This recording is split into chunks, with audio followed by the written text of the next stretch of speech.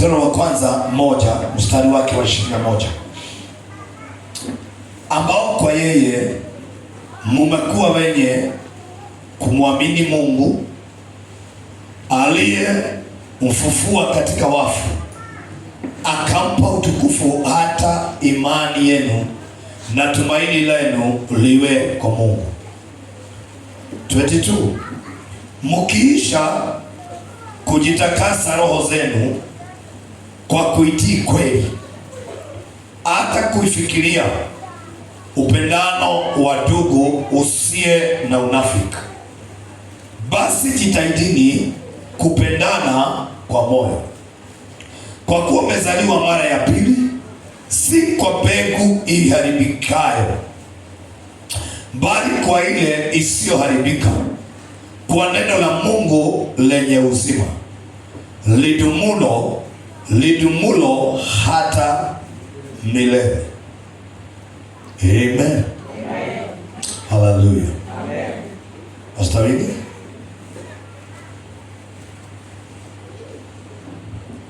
Tutasoma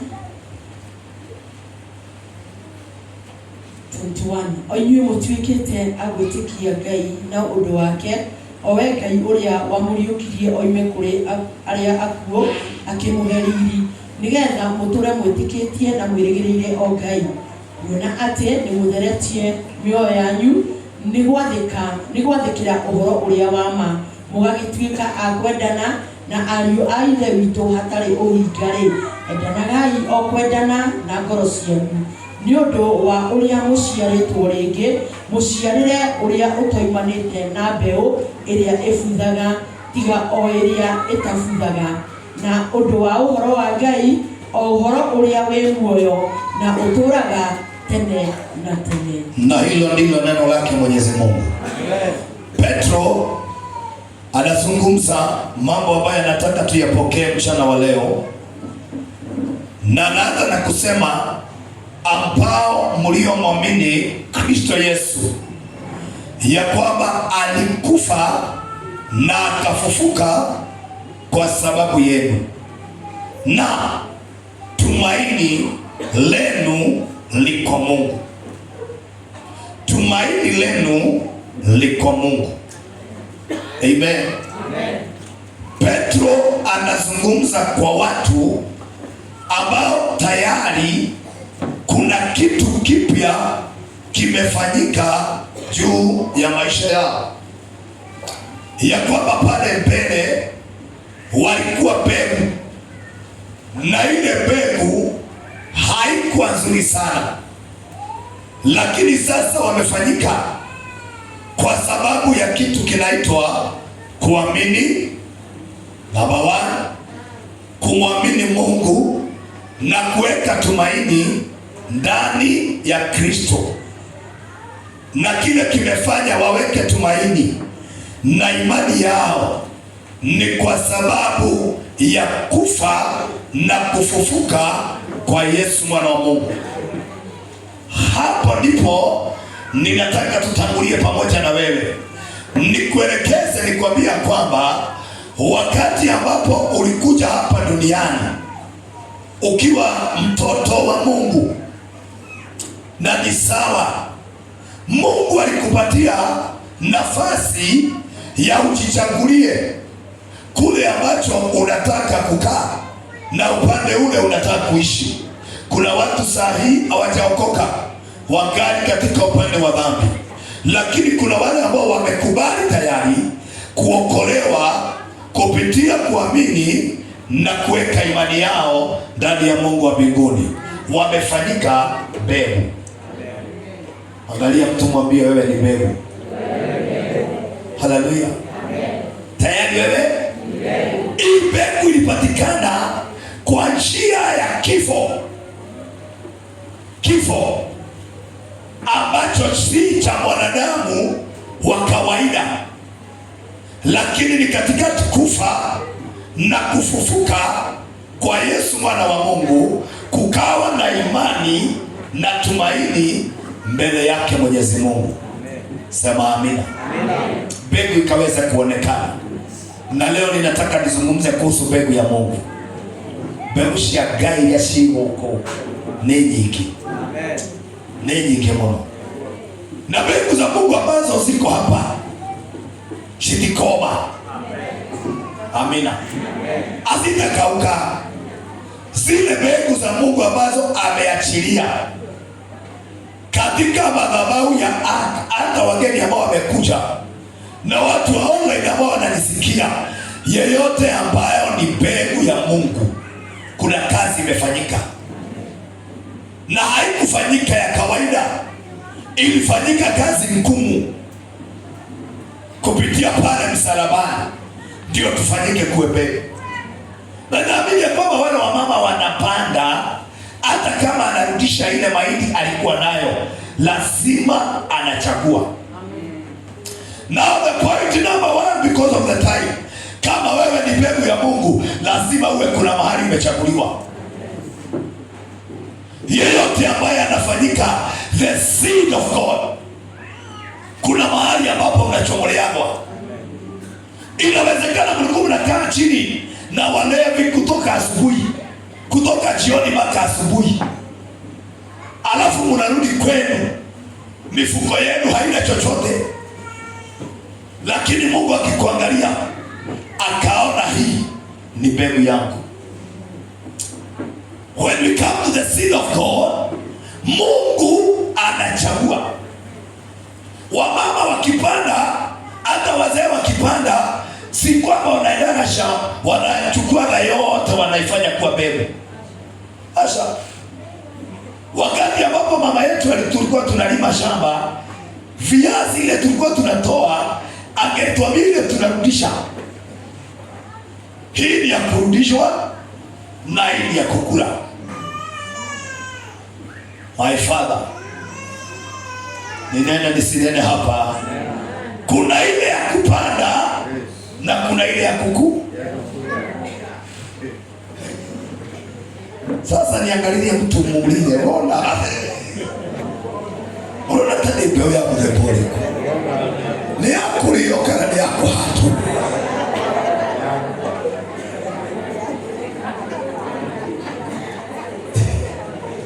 Tondu yako liyo ni karaga hata kwa madhabahu ndele meli. Na nikawaambia kwamba katika kisima cha Apostol huko ndiko kuibeosha methemba yo andu mora na ya mahikanie magacota makaitania malaika roha na ni maronana hilo anduma maana heigana wamewahi kwa sana, lakini katika safari, kwa sababu ni mbegu, amina, wanafuata kusameheana na wamavumiliana. Amen. Andu wale mayatumia matari mbegu hiko-ini matikaraga one akurio na guthie mambo ina wakura mariagwo ni maundu mama thailo anakuliwa na mambo doria ya maundu mana jararo mambo ya baba pengine walikuwa wamekataliwa mpaka mahali ambapo waliolewa. Jina la Bwana linuliwe. Lakini kwa sababu ni mbegu, amen, mbegu wapendwa inavumiliana. Mbegu ya Ngai ni kila gilia uyu mwona wakwa uyu tondu ni mbegu aiyerirwo ni muvira ngeraka muvira brother yake akijereria mutumia na niĩ ngiuma thutha mbegu nikaifuata. Amen. Lakini mtu ambaye sio mbegu hawezi kuwa na roho ya kuvumilia. Kuna ya kukuliwa na kuna ya kupandwa, na ya kupandwa inatoa mazao, ya kupandwa inakuwa na faida. Ya mbegu ya Mungu ambayo imepandwa, haleluya, inakuwa na mambo mazuri ambayo inaweza kuliwa na watu wengi. Mbegu ya Ngai zile ambazo mko hapa siku ya leo, Ninaomba katika uwezo wa Bwana, ninaponena mambo haya, mbegu ile ya Hagai, hata wakati kuna jua lililo kali, tamakano ikiragiriria na iko hapa. Amen. Mbegu ya Mungu, hata kukiwa na vita, kavita kainuke, kwa sababu shetani anajaribu kuleta vita hata makanisani. Mbegu ya Mungu unaikutaga tu inoeleyagana, na mbegu ya Mungu haitokagi kwa Mungu. Asha, hata ukiona kidogo amehepa kavita, ameondokea kidogo, ashokage na hina, kwa sababu ni mbegu. Lakini ile ya kupotea onadimenya kaa kule yathire, inaenda na inaisha. Jina la Bwana liinuliwe. Na kama kuna kitu shetani anafuata maishani mwa mwanadamu ambaye ameokoka, ni mbegu, the seed. Brethren, kuna mtu alikuwa anaitwa Naomi, alienda kwa nchi isiyo yao ya Moabi. Watoto wake wakaisha huko na mume wake akaisha. Akafikiria kurudi, nataka niweze kunena tu. Akafikiria kurudi, na akirudi anauliza wasichana wao wamebaki, wadogo wa vijana wake, mure kwenda ate, situachania hapa nyinyi mwende mtafute waume, siwezi kuzaa dikihota. Orpa akasema ndio, lekengasharie tono ni mbegu yako leo. Mbegu ya Ngai ikiragiriria mathina. Ninasema mbegu ya Mungu inavumilia katika shida. Orpa anasema mimi sitavumilia, wacha niende, kwa sababu ndani yake utiari mbegu. Ruthu anamwambia kwamba huko utaenda, kule utakufia, ndiko nitakufia. Mbegu hiyo itiragia hata roho, upepo mkali kikuja. Amina. Brethren, ni wangapi tulikuwa na wao wakati wa mlimani corona? The show of hand. Tulikuwa kule mlimani vet. Thank you very much. Tulivumilia baridi, tulivumilia mvua. Mungu akatuhurumia, akaona sisi si watu wa kugojeka corona.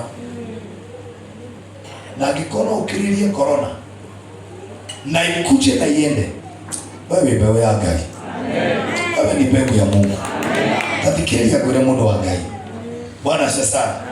Hata serikali hii ya Kasulu, kama wewe ni mbegu ya Mungu,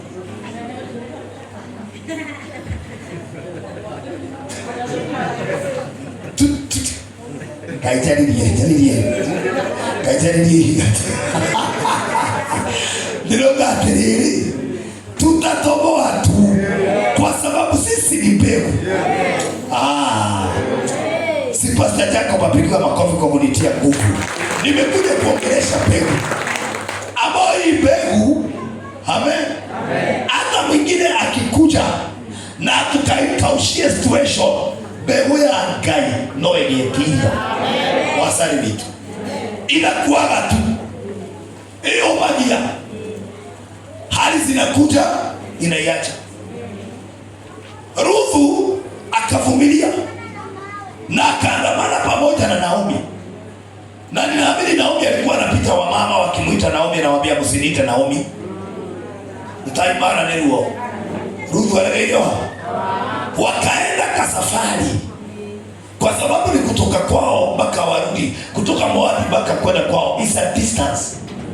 Lakini walipofika, kwa sababu ni mbegu ambayo ilikuwa izae, ambayo ilikuwa ilete mazao, Bwana sasa, ambayo ilete mabadiliko, hata ilipoingia katika nyumba ya Boaz, Mungu akafanya mwenye shamba, kwa sababu yeye alikuwa mbegu. Amina. Amen. Sara anadhiakiwa na watu wengi no kuru wake naki no tondu kiria akuite ni mbegu kiria gutariria mundu wa Ngai mbegu no ikare muno itegukura ui na mano igoka no ndathirwo prado yakwa haha ndire na thina guikara itaka muda gapi no ndo mwene njowi loini ni mbegu ya Ngai na no igakinyanira mbegu ya Ngai yuragwo ni thu nginya arĩa yaku mpaka wale wako karibu na yeye, lakini kwa sababu ni mbegu ihuragwo mwena ũyũ igaikara ũũ ikauna ndirehera igaikara ũũ ikagarũrũka no ĩrĩ ĩtavuna. When the time comes itaweza kutoa mazao kwa uweza wake Mwenyezi Mungu. Isaka agĩikara tondũ aciaragwo nĩ Sara, lakini katikati ya miaka yote ambaye alikuwa amekaa akigojea, wakati ilipofika the 99 years old, mbegu ndĩikarire rĩngĩ, ilichanua. Oi, haleluya. Amen. Inaambia Sara, ndio umenibeba ukiwa mjamzito, lakini hapa sitakaa. When the time comes for the seed to come out, no one, hakuna hata mmoja anaweza kuizuilia, kwa sababu hiyo ni mbegu iliyo ya Mungu. Naomba kwa neema ya Mungu achilie mbegu zake hapa ambazo zitaweza kutoa shina iliyo nzuri, chipukizi iliyo nzuri katika mishi ya mche ama katika tanasari, mahali ambapo uko ukiwa mbegu ya Mungu hautazuiliwa. In the name of Jesus. Amen. Petro akamwambia maneno haya, naona muda wangu na yoma, akasema mkisha kujitakasa roho zenu na kutii kweli. Tuandamane sasa kidogo, si wamekuwa mbegu sasa? Yes. Anawaambia mwale kiagwathikari mukitii, mkisha kujitakasa roho zenu na kutii kweli. Kitu cha kwanza kujitakasa, mbegu ni dheragia. Mbegu ya Mungu hujitakasa, na kisha kujitakasa na muyashike yaliyo ya kweli na kuitii. Hapo ndipo tuko sasa. Mazao ya mbegu yakisha kujitakasa na kutii kweli, Biblia inasema hata kuifikiria upendo wa ndugu usio na unafiki. Ile mazao yameanza kuonekana ya kwamba sasa wanafikiria. Amen. Amen. Upendo wa ndugu usiwe na nekia imega tanda onoku wendo tari wohiga mbegu cia Ngai, mbegu za Mungu. Mchana wa leo nisikize sawasawa, usiwe mbegu na ndani yako umejawa na unafiki, ya kwamba unanena ndio lakini moyoni sio hivyo. Shule wendo wohiga,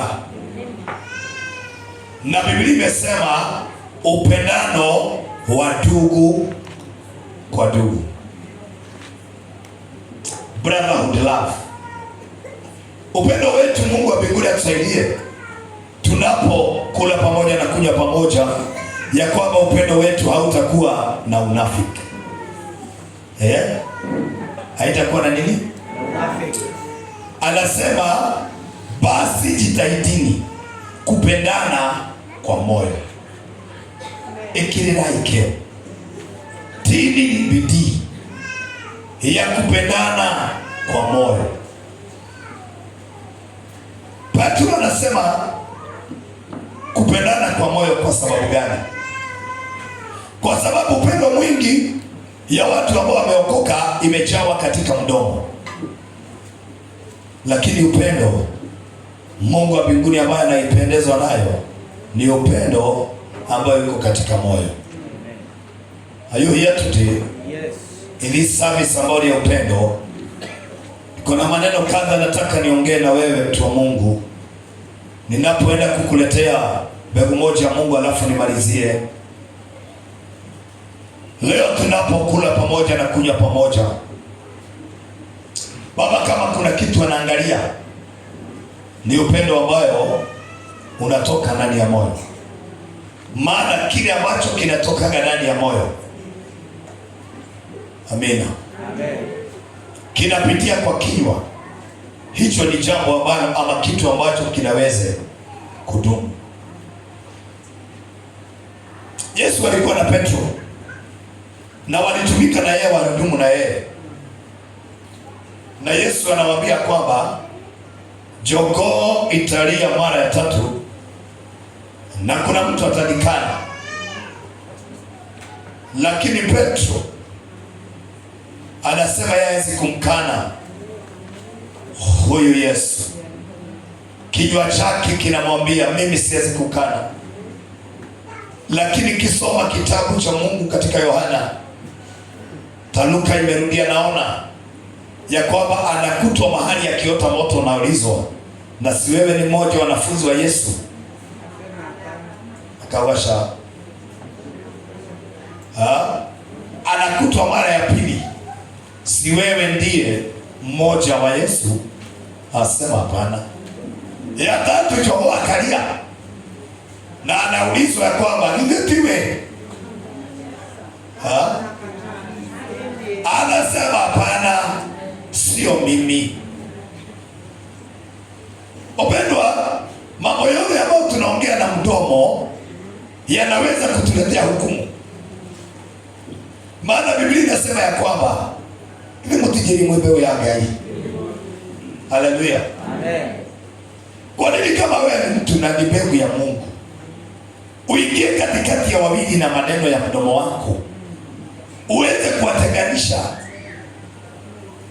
Kile ambacho unaponena, kile ambacho ninachonena, Biblia imeniambia vizuri, akawaambia angalieni upendo wenu usiwe na unafiki, lakini upendo wenu uwe wa moyo. Nitingishie mtu, mwambie kuwa na upendo wa moyo. Amen. Unajua upendo wa moyo ni wakati ambapo utaona mtu ambaye ana njaa,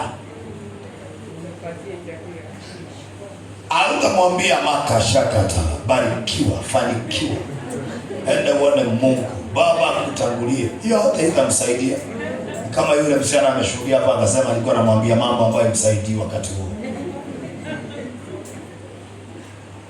Anahitaji upendo wa moyo, ambao upendo wa moyo ni kuchukua hatua. Amen. Ni ubiri nisihubiri. Tunasema tunajenga kadiri ama hatujengi? Ni upendo wa moyo ama ni upendo wa mdomo? Amen. Na kama ni ya mdomo, basi kama ni ya moyo ionekane na ishara. Niguze ndipo nisiguse. Baba hataki upendo wa unafiki. Anataka upendo wa moyo. Amen. Nina imani ya kwamba hapa tumesaidia, watu wamekula hapa. Hata wengine sio wa kanisa hili, hata wananiambia barabarani mroradhimo. Lakini nakuta kwamba tuko safari moja tunasema tunajenga, lakini mwingine anasema nenye moraka. Akinenywe nemeri diratara. Nemeri diratara. Kwa hiyo tuikirita hado horu November 29 no ni egale ndo wagai. Angima kaino kawai komi. No idirie ngeto ilokara. Lakini wakati itafika mwezi wa 10 hali ili ushuonelia wa 11 itarele kutukate ndani Disemba tene.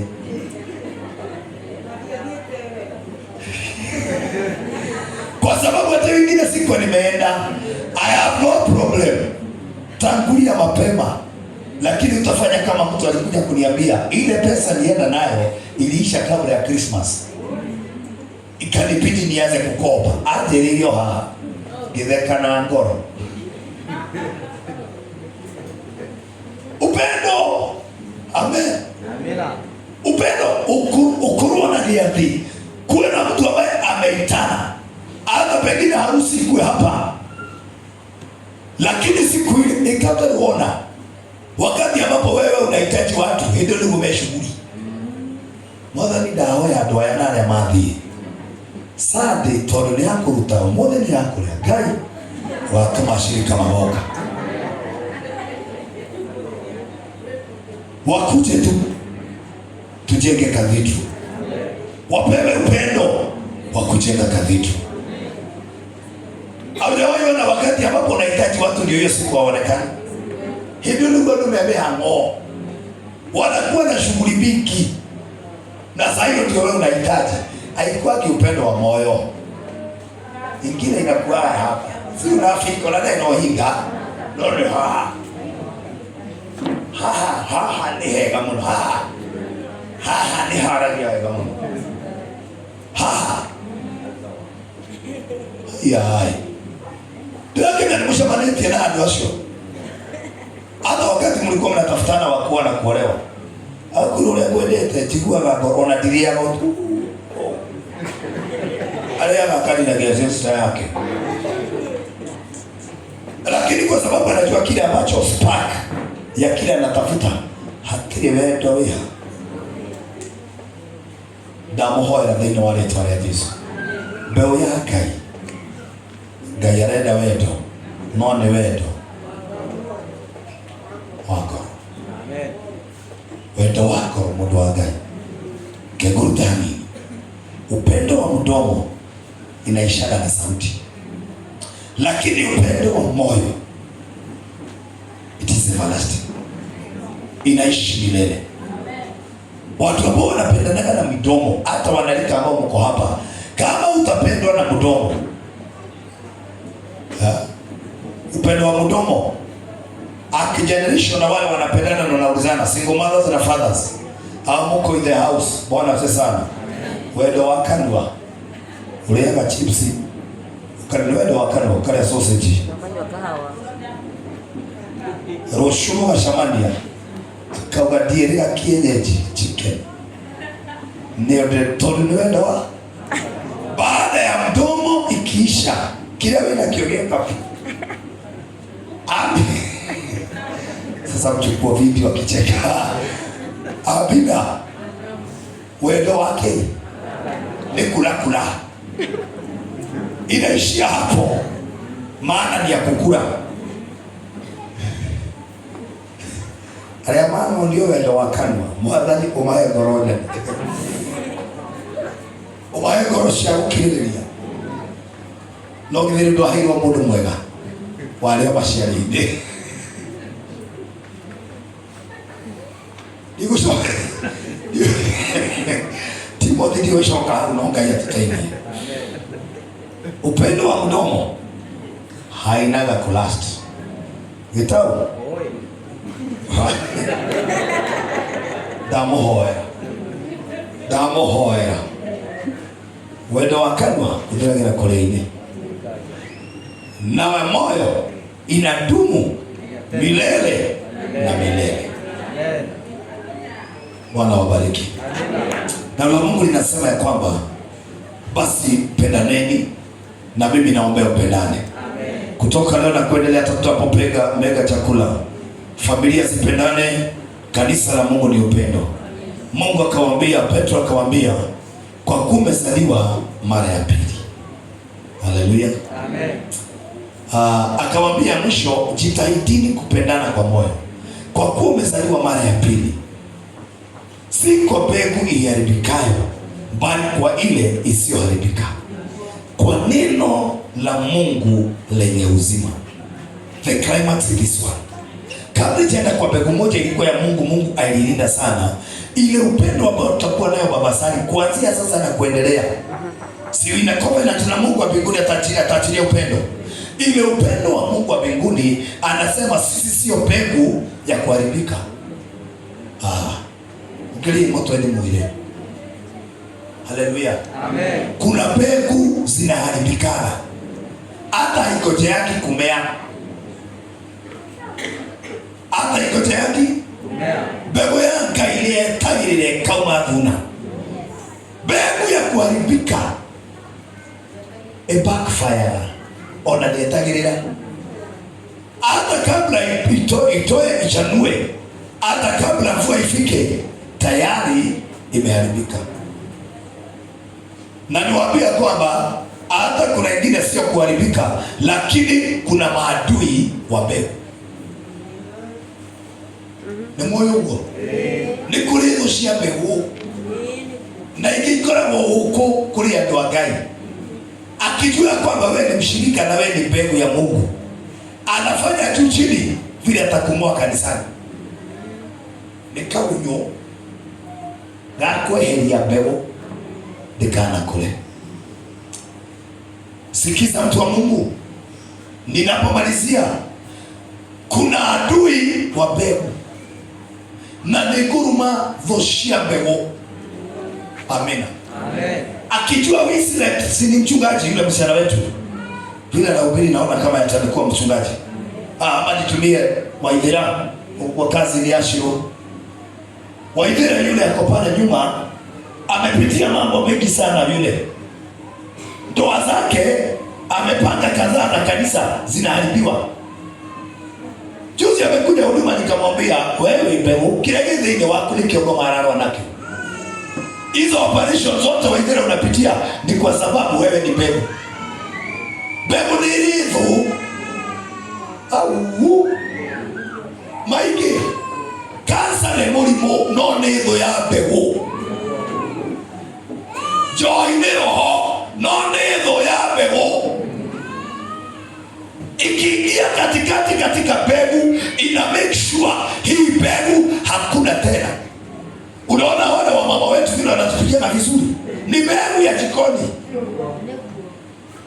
Hiyo kitu iko ndani yao, lakini shetani na asipate nafasi, akiingia ndani yao ashara ya kaunyo, anatafuta mali ambapo atamaliza mbegu ndio ishi. Wakati wote ambapo mbegu iko mahali, Biblia inasema nyinyi sio mbegu inayoharibika, kwa sababu kuna mbegu zinaharibika. Mwimbaji anaimba vizuri, anainuliwa na Mungu kwa muda, lakini kwa ghafla anaanguka, uimbaji inaisha. Ni nini? Ni dhambi iliingia. Usherati ni dhambi, lakini ni adui ya mbegu. As I conclude my brother, hallelujah, amen, amen. Ninaona praise and worship saa zingine hapa wanafanyaga hivi ko nikamume ni adui wa kile kiko mbegu yao isitoe mazao. Na in many cases mbegu nyingi, watu ambao walikuwa mbegu katika maandiko, shetani alipigana nao. Kauka na brava cia Yusufu shariki Yusufu ni mbegu ya ibatainie, lakini wao ndio wanataka kuimaliza mbegu hizo nyingi. Mbegu nyingi maadui hutaka kuimaliza, lakini Mungu akusaidie sana. Wewe ni mbegu ambayo haitaharibika, haitaharibika, na sio kuharibika, haitaharibiwa. Sasa kuna mtu angevuta heri wakasema simi sitaharibiwa. Nasema kama mna njaa. Anyway, mbegu zote ambazo Mungu wa mbinguni ameachilia katika madhabahu haya haitaharibiwa na chochote. In the name of Jesus. Deuteronomy, Biblia inasema hivi, kuna mbegu moja nataka kufunza kuhusu. Ninapitia, nimeona muda umeoma. Kuna mbegu moja ilikuwa ya Mungu katika Kumbukumbu la Torati 12 mstari wa 18. Niruhusu nisome. Kumbukumbu la Torati, hii ni mbegu ya Mungu ambayo ilikuwa Mlawi ni tani njeri. Ino yari mbegu ya Ngai, tarikiria mundu wa Ngai. igawasa rero ya magire kugairwo migunda ni Joshua Ngai akiuga ndiko magaire umuthi ndoka kumwariria mbegu ya Lawi tene.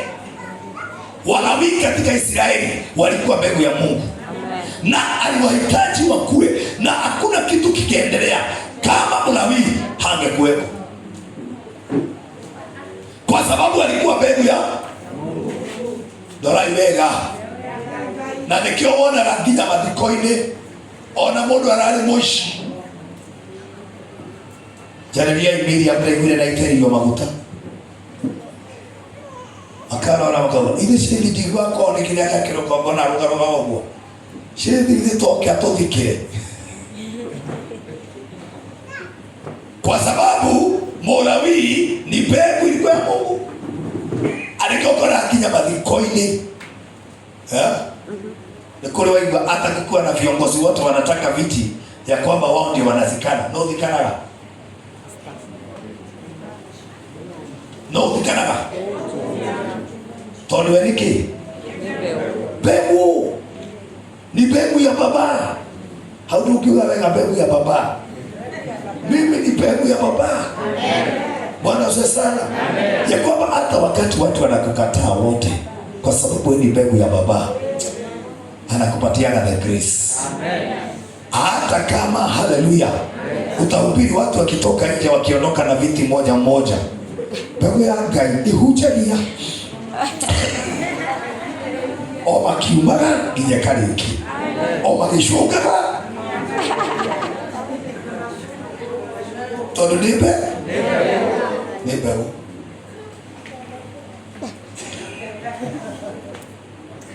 Mlawi ali mbegu ya Mwathani. Wakati ambapo roho ilihubiri kwa kuhusu mbegu ya Mungu, si kuzungumza kuhusu Mlawi. Sasa nataka niongezee kitu, maana ulikuwa umesikia yote nimezungumza. Mbegu ya Mungu, Mungu akalinda mtu ambaye Mlawi. Twende katika Deuteronomy, Kumbukumbu la Torati 12 mstari wa 18. Lakini hivyo mtakula mbele za Bwana Mungu wako, mahali atapochagua Bwana Mungu wako, wewe na mwanao mume na mke, na mtumwa wako na mume na mke, na Mlawi aliye ndani ya mlango yako, nawe furahi mbele za Bwana Mungu wako katika yote atakayoitia mkononi mwako. Jilinde nafsi yako. Tazama 19. Woi, tazama 19 Pastor Winnie. Jilinde nafsi yako, msimwache Mlawi siku zote aishizo katika nchi. Thomera hau watu liko na haki. Ningi memenyagirire anerekererie Mlawi ta umutete hindi iria yothe ugutura bururi ucio wanyu. Chokera ligira. Ningi wemenyagirire ndukanarekererie Mlawi ta umutete hindi iria yothe ugutura bururi ucio wanyu. Arogocwo Mwathani. Amen. Verse number 20. Bwana Mungu wako atakapoongezeka atakapoongezeka mpaka wako kama alivyokuahidi, nawe utakaposema nataka kula nyama, kwa kuwa roho yako yatamani kula nyama, waweza kula nyama kwa kufuata yote inayotamani roho yako. Thomera verse 20 na ndwathome haki. Na rĩrĩ hĩndĩ ĩrĩa Jehova Ngai waku agakuneneheria mĩhaka ya bũrũri waku, o ta ũrĩa akwĩrire atĩ nĩageka, nawe ũkiuge atĩrĩ nĩ kũrĩa nyama tondũ ngoro yaku nĩyendete kũmĩrĩa-rĩ, wahota kũrĩa nyama o ta ũrĩa ngoro yaku ĩkũigua ĩkĩenda. Arogocwo Mwathani. Amen. Biblia inazungumza inasema, lakini mtakapokula. Mungu kukula ni maandiko, na ndio tunafanya saa hii. Kukula ni maandiko, na sijui wewe umesoma ukasikia ni nani alikuwa anakula. Mtu na mkewe na mtumwa na wafanyikazi wake wote walikuwa wanakusanyika wanakula. Alafu katikati ya kukula wanaambiwa ya kwamba hata Mlawi ambayo ako nje ya mlango wa hekalu la Bwana matikamutige niki tondu no mari manine no muthĩnjĩri Mlawi akiwa hapo anaweza badilisha wanaweza kuwa wamechinja hizo kondoo na mbuzi walikuwa naambiwa wachinje, shiruke kwao no unawie hau itigeuka ona mwari omuthi itiguthira. Hata mukikula leo ile ciothe irarwo haria hamutaisha na itigathira. Bwana asifiwe sana. Mbeu ya Ngai ndithiraga. Kama ulikuwa na ng'ombe zako zikaisha, cirocoka. Kama kulikuwa na mbuzi kwenu zikaisha, cirocoka. Mbeu ya Ngai ndithiraga. Kama ulikuwa na account na ikafungwa kwa sababu ya kuwa dormant, I'm here today as I conclude, hiyo ilikuwa mbegu. Na ukikula na ukikunywa hiyo mbegu haitaisha. Na Biblia imesema ya kwamba na usiwache Mlawi asionekana kama umemtu. Andũ a Ngai na mũndũ mũmũtete ũguo nĩ maikaraga ta megũteithia njĩri. Ngai nĩamenyaga andũ nĩ mendete kũrĩa mĩciĩ yao na kũrĩa kũngĩ, lakini watakapokula kwao Mungu akawaambia wasisahau. Bwana asifiwe sana. Sasa mpaka hapo, maana wewe ni mbegu. Angalia mtu umuulize, Disemba unakumbukaga Mlawi?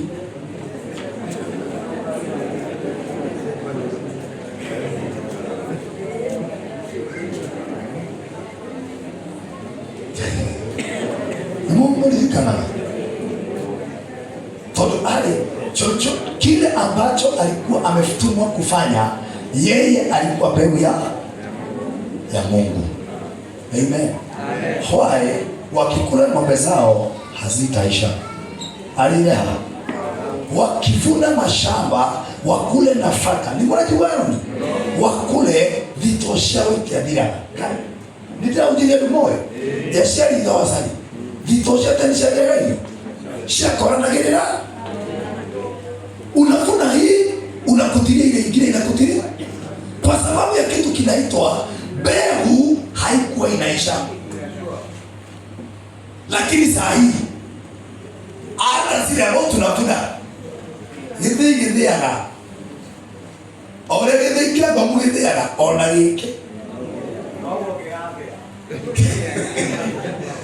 ndio ina ndio kishokiria yeye yenya leo lekia na bahari na ndarikia na kugo. Haleluya, amen. Ngai akimaliza akawaambia dhahiri shahidi. Bwana asifiwe sana. Amen. Miaka yanyu igikogereka ndamuhoera mukirianira umuthi miaka yanyu irotherema. Amen. Irotherema. Amen. Miaka ya ciana ici Ngai ndahoya, oh my Father, miaka yanyu ikaongezeka. Na miaka yanyu katika hiyo upendo ya kukula na kunywa leo zikiriria wega mundu wa Ngai. Ngai no wawarithie ciugo ici na mimi na declare katika uwezo wa Bwana ya kwamba mbegu za Mungu mipaka yenu iongezeke sasa na hata milele. Na kuachia hivyo miaka yongerereka ri makiongera kaundu ka mwisho pio makiwatiri ukikeriria kuria nyamani ukiorenda kuria nyamani na ukenya meo maana Mungu alijua kwamba watatamani. Na sio kwa nini Mungu alisema watatamani nyama na atawapa, kwa sababu mipaka imepanuliwa. Wote niachana mambo mengi niseme, wakati mipaka imepanuliwa kuna mtu huhitaji hata vile ambao hakuwa nazo. Nikirelia idekie mengo miaka yanyu ikikarama ubatareke nyama na kayushwako na wakati mipaka inapanuka. Na nimeomba leo ipanuke ya Ark of Apostles. Mipaka yako ikipanuka. Amina.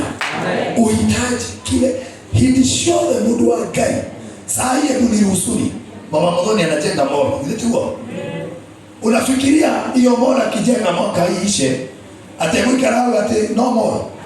Si utamkuta wakati mwingine agikuira direta kitu ta 2 rivers. Nita hata korwa yega hadu matiganagira tutiganagira tukoragwo uguo ndio thia na mbere taje ona no kore ukira ni single nitamengira ni kuishi dirego tayari todo miaka ekaja muramirwo no muramirwo umenya mwembeo ya Ngai mipaka itakapopanuka na ipanuke kuanzia leo. Mungu wa mbinguni aachilie mipaka yenu ipanuke, lakini angalia ikipanuka, don't forget God. Usisahau Mungu. Na dukana ligeno mola ni mbele yao ina miama hiyo.